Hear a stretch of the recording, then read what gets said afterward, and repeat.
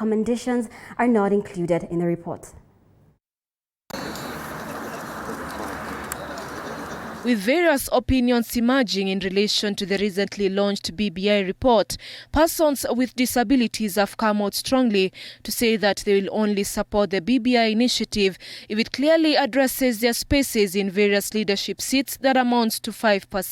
BBI must be very, very clear where and what is the representation. As Senator Mwaura has said here, we must have 4 representatives in the county assemblies for persons with disabilities. We must have 18 members of parliament coming in as persons with disabilities in the National Assembly. What is 5%? BBI must show us how 5% is manifested, as is our right in our constitution of this country. As the report seems to be clear on matters concerning youth and women, people living with disabilities now want the BBI report to clearly state their place in the country. BBI will have to come out very, very clean and very clear where it places its persons with disabilities of this country.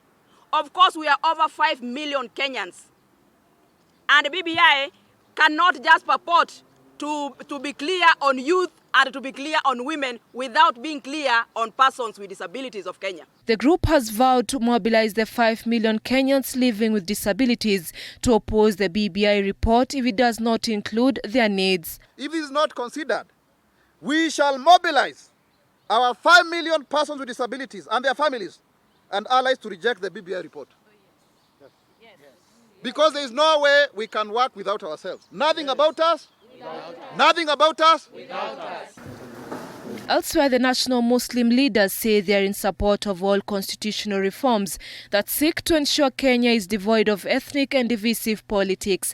They, however, oppose any amendment that reduces the gains that are currently enjoyed by Muslims and other Kenyans. The Muslim community shall support amendments that truly strengthen the gains we have made by adopting the 2010 Constitution, and shall oppose any amendment that erodes or diminishes the gains already enjoyed by Muslims and fellow Kenyans. Sharing down. Down. Forward with wealth sharing, forward. Forward. Elsewhere, civil society groups under the umbrella of Kongamano la Mageuzi allude that the proposal made in the BBI report will weaken the constitution and undermine democracy if implemented.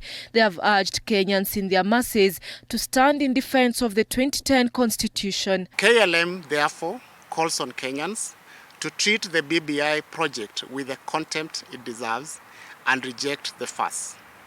We call on all active citizens to firmly stand together in defense of the Constitution against all attempts by the ruling elite to overthrow it. Sharing down. Nanok Lauren, TV 47.